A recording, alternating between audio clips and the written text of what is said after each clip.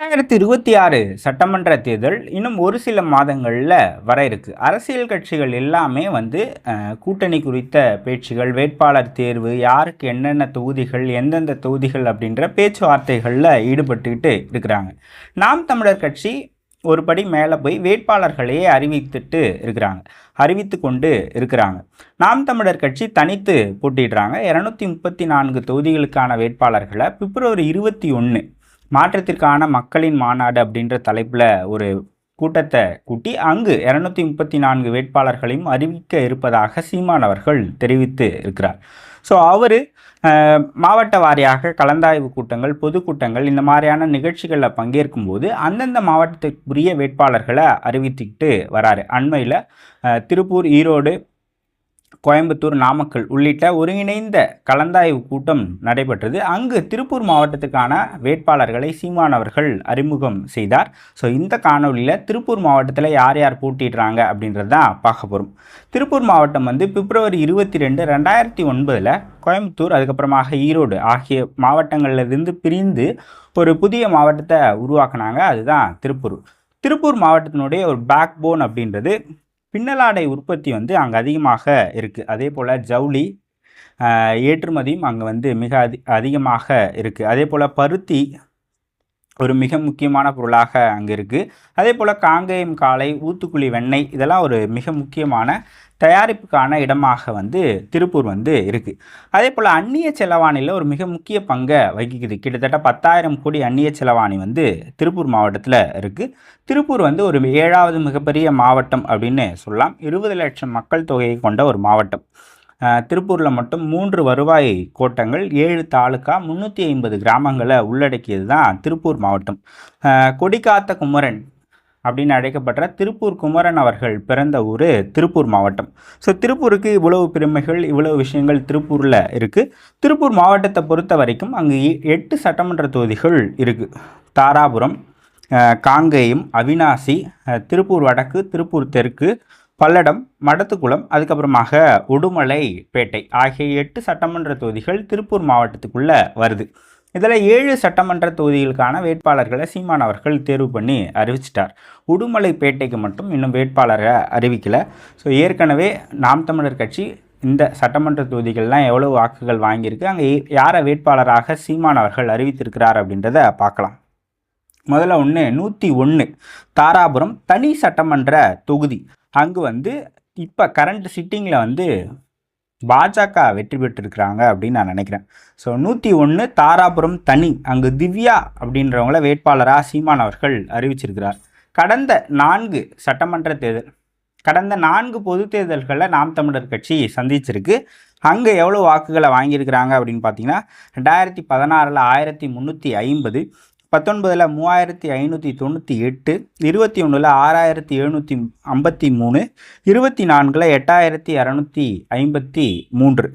அதே போல் 102 காங்கேயம் தொகுதியில் மருத்துவர் கார்மேகன் அவர்கள் போட்டியிடுகிறார். கடந்த முறை ஈரோடினுடைய வேட்பாளராக, நாடாளுமன்ற தேர்தலில் ஈரோடினுடைய நாம் தமிழர் கட்சி வேட்பாளராக போட்டியிட்டவர் மருத்துவர். நாம் தமிழர் கட்சியில் மாநில ஒருங்கிணைப்பாளராக இருக்கிறார். மருத்துவர் கார்மேகன் காங்கேயம் சட்டமன்ற தொகுதியிலிருந்து போட்டியிடுகிறார். காங்கேயத்தில் 4 தேர்தல்களை நாம் தமிழர் கட்சி 16 2871, 19 5994, 21 11307, 24 13846. அதே போல் 112 அவினாசி தனி தொகுதி. அவினாசி தனி தொகுதியில் மேனகா வி அவர்கள் வேட்பாளராக அறிவிக்கப்பட்டிருக்கிறார்.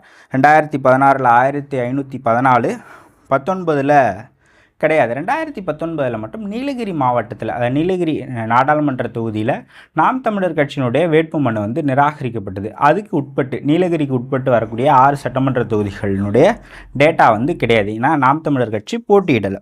2021 13526, 24 13925. அதுக்கப்புறமாக 113 திருப்பூர் வடக்கு. திருப்பூர் வடக்கில் வந்து அபிநயா பிரேம்குமார் அவர்கள் போட்டியிடுகிறார். அபிநயா பிரேம்குமார் நல்ல பேச்சாளர், இப்போ வளர்ந்துக்கிட்டு வரக்கூடிய ஒரு பேச்சாளர் அப்படின்னு சொல்லலாம். நாம் தமிழர் மேடைகளில் ரொம்ப நல்லா தர்க்கமாக பேசக்கூடியவங்களாக இருக்கிறாங்க. மகளிர் பாசறையில் இருக்கிறாங்க, மாநில ஒருங்கிணைப்பாளர். 2016 2931, 19 11470, 21 23898, 24 24316. திருப்பூர் வடக்கில் ஓரளவுக்கு ஒரு கணிசமான வாக்கு வங்கியை நாம் தமிழர் கட்சி வச்சிருக்கிறாங்க அப்படின்னு சொல்லலாம். ஆவரேஜாக ஒரு 25,000 ஓட்டு அவங்களுக்கு வந்து அங்கே இருக்குது. அதே போல் 114 திருப்பூர் தெற்கில் பேனா தினேஷ் அவர்கள் வேட்பாளராக அறிவிக்கப்பட்டிருக்கிறார். 2016 2506, 2019 7729, 21 12858, 24 14850. அதே போல் 115 பல்லடத்தில் காவே தமிழினியன் அவர்கள் வேட்பாளராக அறிவிக்கப்பட்டிருக்கிறார். 2016 2911, 19 11342, 21 20524, 24 19192. அதே போல் 126 மடத்துக்குளம் தொகுதியில் வழக்கறிஞர் ராதாமணி அவர்கள் வேட்பாளராக அறிவிக்கப்பட்டிருக்கிறார். வழக்கறிஞர் ராதாமணி 16 980, 19 4095, 24 6645, 24 8666. ஸோ நாம் தமிழர் கட்சியை பொறுத்த வரைக்கும் திருப்பூர் மாவட்டத்தில் அந்தளவுக்கு கணிசமான வாக்கு வங்கி இல்லை அப்படின்னு தான் சொல்லணும். ஒரே ஒரு தொகுதி திருப்பூர் வடக்கு தொகுதியில் மட்டும் ஒரு 25,000 வாக்குகளுக்கு அதிகமாக வாங்கியிருக்கிறாங்க. மற்ற எல்லா தொகுதியிலுமே ஆவரேஜ் ரொம்ப கம்மியாகத்தான் இருக்குது. ஏன்னா கொங்கு பகுதியை பொறுத்த வரைக்கும் அங்கு அதிமுக ஒரு பலமான கட்சியாக இருக்குது. அதே போல் பாஜகவுக்கும் அங்கே செல்வாக்கு இருக்குது அப்படின்னு சொல்லப்படுது. திமுக அதன் கூட்டணி கட்சிகளே அங்கே 2வது பொசிஷனில் தான் இருக்கிறாங்க. அதிமுக பாஜக கூட்டணி தான் 2021 கொங்கு பகுதியில் அதிக சீட்டுகளை கைப்பற்றினாங்க. கடந்த முறை முதலமைச்சர் வேட்பாளராக நிறுத்தப்பட்ட எடப்பாடி பழனிசாமி அவர்கள் கொங்கு பகுதியை சார்ந்தவர் அப்படின்றது அதில் ஒரு மிக முக்கியமான விடயமாக இருக்குது. ஏன்னா நாடாளுமன்ற தேர்தலில் திமுக கூட்டணி வலுவாக இருந்து அங்கே அதிக தொகுதியில் கைப்பற்றினாலும் கூட கடந்த 2021 சட்டமன்ற தேர்தல் அளவுகோலாக எடுத்தோம் அப்படின்னா கொங்கு பகுதியில் அதிக தொகுதிகளை கைப்பற்றினது அதிமுகவும் அதன் கூட்டணி கட்சிகளும் தான்.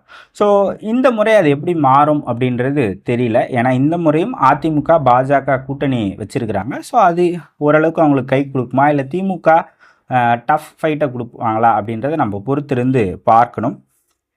ஸோ நாம் தமிழர் கட்சி 2026 தேர்தலுக்கான திருப்பூர் மாவட்டத்தினுடைய வேட்பாளர்களை அறிவிச்சிட்டாங்க. கடந்த 2021 சட்டமன்ற தேர்தல் அப்படின்றது 5 முனை போட்டியாக இருந்தாலும் கூட அப்போ நாம் தமிழர் கட்சி இருந்த வாக்கு வங்கியை தாண்டி இப்போ ஒரு மாநில கட்சியாக அங்கீகாரம் கிடைச்சிருக்கிறவங்க அவங்களுக்கு. அதே போல் உறுதியான சின்னம் அவங்களுக்கு வந்து கிடைச்சிருக்கு. முதல் பெட்டியிலேயே அவங்களுடைய சின்னத்தை வைக்க வேண்டிய சூழ்நிலை இருக்குது. ஸோ இதெல்லாம் சீமானுக்கு அட்வான்டேஜாக இருக்கும் அப்படின்னு சொல்லப்படுது. ஸோ திருப்பூர் மாவட்டத்தில் 8 சட்டமன்ற தொகுதிகள் வருது. அதில் 7க்கான வேட்பாளர்களை சீமான் அறிவிச்சிட்டார். ஸோ சீமான் 2026 தேர்தலுக்கான வேட்பாளர் மொத்த பேரையும் அறிவிப்பதாக சொன்னது வந்து 2026 பிப்ரவரி 21. இன்னும் ஒரு 40 நாட்களுக்கான டைம் இருக்குது. ஸோ அதுக்குள்ளே மற்ற தொகுதிகளுக்கான வேட்பாளர்கள் பற்றின தகவல் வந்துச்சு அப்படின்னா நம்ம தொடர்ச்சியாக அதை பற்றின அப்டேட் பண்ணிக்கிட்டே இருக்கும். மாவட்ட வாரியாக நிறைய வேட்பாளர்களை இது வரைக்கும் நம்ம போட்டிருக்கோம். கோவை மாவட்டத்துக்கு போட்டிருக்கோம், கன்னியாகுமரிக்கு போட்டிருக்கோம், மதுரை மாவட்டத்துக்கு போட்டிருக்கோம், சேலத்துக்கு போட்டிருக்கோம், சிவகங்கைக்கு போட்டிருக்கோம், அதே போல் திண்டுக்கல் மாவட்டத்துக்கு போட்டிருக்கோம். ஸோ தொடர்ச்சியாக மாவட்ட வாரியாகவும் போட்டுக்கிட்டுருக்கோம். வேட்பாளர்கள் அறிவிப்பை ஒரு மாவட்டத்தில் இப்போ 2 பேர் அறிவிச்சிருக்காங்க, 2 பேர் அறிவிக்கலைன்னா அந்த 2 பேர் மட்டும் அந்த மாதிரியாகவும் நம்ம காணொலிகள் வந்து தொடர்ச்சியாக போட்டுக்கிட்டே இருக்கும். ஸோ நாம் தமிழர் கட்சி 234 தொகுதிகள்லையும் தனித்து போட்டிடுறாங்க. இந்த முறை 4 முனை போட்டியாக இருக்கும் அப்படின்னு தான் அறியப்படுது. ஸோ திமுக கூட்டணி, அதிமுக கூட்டணி, நாம் தமிழர் கட்சி, 4வதாக தாவேகா இருக்கிறாங்க. ஸோ நீங்கள் இந்த 2026 தேர்தலில் எப்படி பார்க்குறீங்க? இந்த கேண்டிடேட்ஸ் பற்றி நீங்கள் என்ன நினைக்கிறீங்க? நாம் தமிழர் கட்சியினுடைய வளர்ச்சி இந்த தேர்தலில் எப்படி இருக்கும் அப்படின்னு நினைக்கிறீங்க அப்படின்றதெல்லாம் கமெண்ட் செக்ஷனில் சொல்லுங்கள். 2026 தேர்தல் குறித்த செய்திகளை உடனுக்குடனே தெரிஞ்சுக்கணும் அப்படின்னு நினச்சிங்கன்னா எங்களுடைய சாரல் துளி சேனலை சப்ஸ்கிரைப் பண்ணுங்கள். நன்றி, வணக்கம்.